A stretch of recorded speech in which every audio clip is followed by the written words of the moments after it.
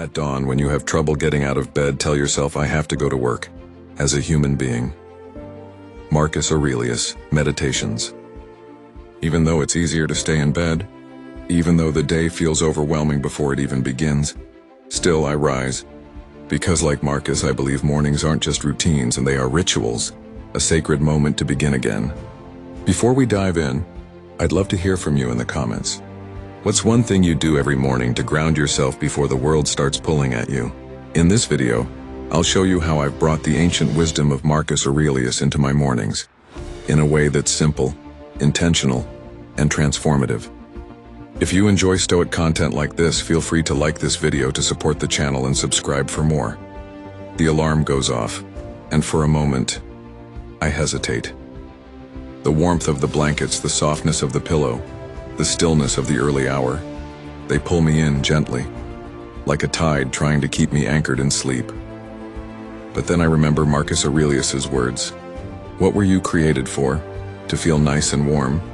Or to do your work as a human being? That one sentence changes everything. Because comfort is not the enemy, but it can be a trap. And each morning I face that trap. Not with force, not with guilt, but with quiet awareness. So I lie there just for a moment longer, and I breathe. One breath to acknowledge my body, another to connect with the present, a third to set my mind.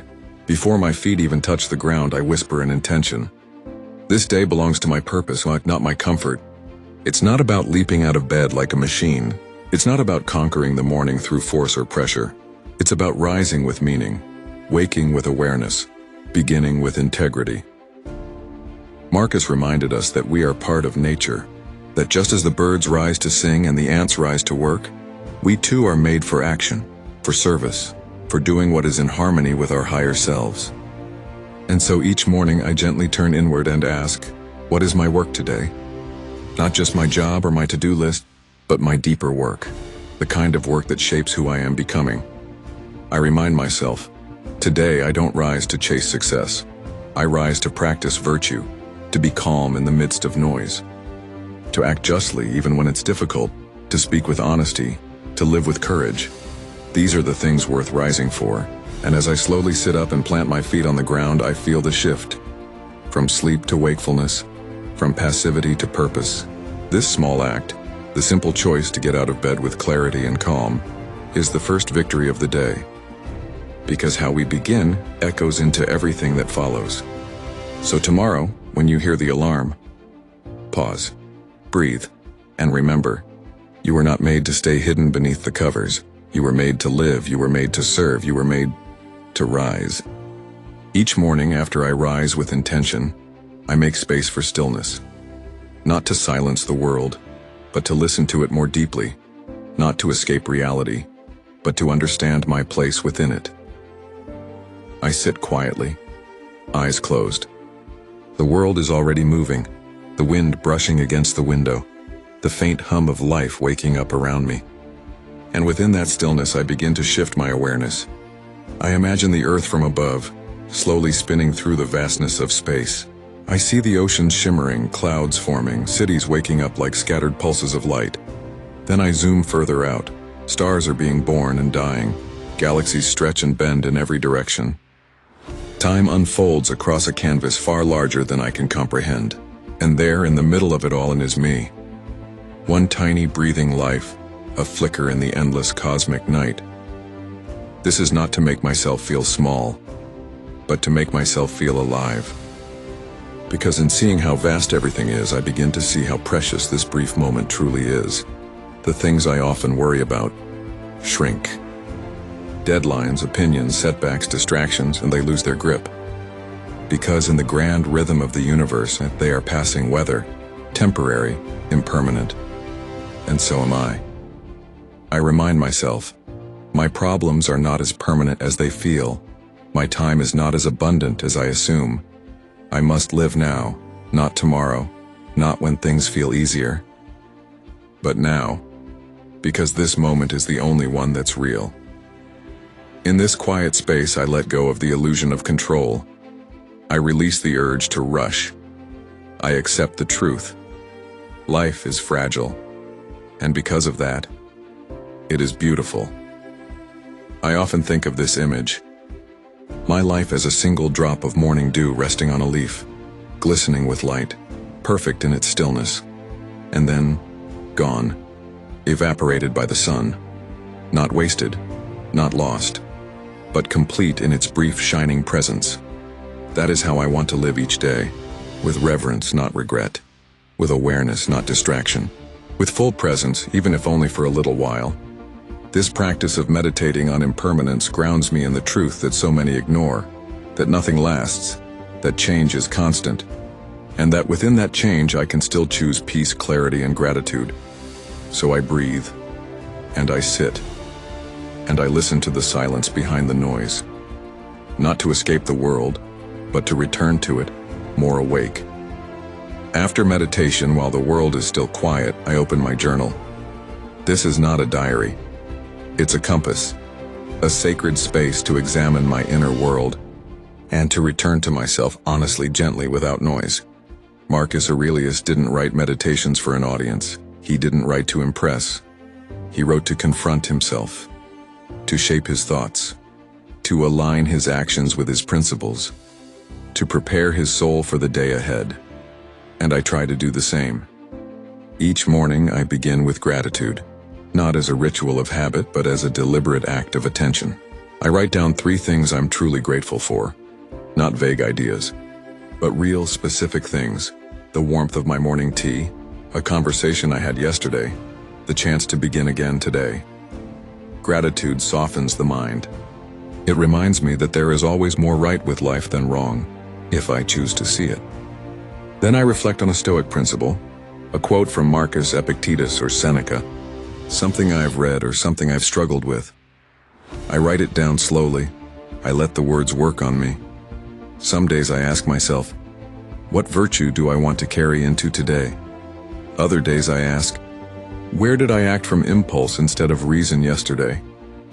And I sit with the answer, not to judge myself, but to learn. This is not about being perfect. It's about being aware. Because if I'm not willing to look inward, how can I live outwardly with integrity? Marcus wrote, "The soul becomes dyed with the color of its thoughts." So I ask myself, what color am I painting my soul with today?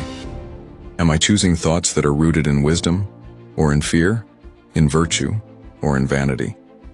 The page doesn't lie. It reflects what I bring to it, and as I write, something shifts. The scattered fragments of my mind begin to settle. My intentions sharpen, my breath deepens, my values return to the surface. I close my journal not with everything figured out, but with everything aligned, just enough to move forward with clarity and calm. This, to me, is what Stoic journaling is about. It is not about recording events. It's about preparing the soul, a quiet act of resistance against chaos, a daily rehearsal of virtue, a mirror for the mind. After journaling, when my mind feels aligned, it's time to prepare the body, not for beauty, not for performance, but for life and all the chaos it may bring. Because discipline is not just a mental exercise, it's something you practice with your body too. Marcus Aurelius took cold baths, not because he enjoyed them, but because he didn't want comfort to control him. He knew that luxury and ease are sweet at first, but over time they soften the spirit, dull the will, and erode resilience. So I follow that example, and I begin my day with the first challenge. I turn the shower to cold, and for a second everything in me resists. My muscles tense, my mind pleads, a quiet voice says, "Not today." But I breathe, and I step in. The shock of the cold isn't pleasant, but it wakes me, not just physically, but spiritually. It's a reminder that I am not here to seek what is easy. I am here to grow stronger, more alert, more resilient. And when I choose this small discomfort first thing in the morning, I send a clear message to myself. I do not need to be ruled by preference. I can choose what's difficult. I can lean into resistance and come out clearer on the other side. After the cold, I stretch. I breathe deeply, into tightness, into tension. Sometimes I go for a walk without headphones, without distraction. Just me, the pavement, the sky, and the sound of my own thoughts. No screens, no music, no noise, just presence. Just the practice of being here, without needing anything extra. These are simple things, but they're not easy. And that's the point. We live in a world obsessed with comfort. Everything is one click away. Everything is optimized to avoid friction. But the Stoics knew something we've forgotten. That comfort, when overindulged, becomes captivity. That avoiding pain makes us fragile. That by shielding ourselves from discomfort, we also shield ourselves from growth. So I choose discomfort, not to suffer but to remember my strength. These little acts, cold water, quiet walking, deep stretching, they sharpen my spirit. They remind me that I can do hard things. That my first instinct doesn't have to be my final decision. And when the world throws something at me later in the day, an unexpected problem, a difficult conversation, a moment of stress, I'm not surprised. I've already practiced the art of meeting discomfort calmly, because resilience is not built during the storm. It's built in the morning, in the quiet moments when no one is watching, but you still choose to push beyond ease. Seneca once wrote, "Set aside now and then a number of days during which you shall be content with the scantiest and cheapest fare, with coarse and rough dress, saying to yourself all the while, 'Is this the condition I feared?'" That question echoes in me every time I step into the cold, every time I walk without distraction, every time I choose presence over comfort, and I answer it silently with every breath. No, this is not what I feared. This is what I needed. By now the mind is clear, the body is awake, and the soul is centered. But my morning practice is not complete until I remember that this day is not mine alone.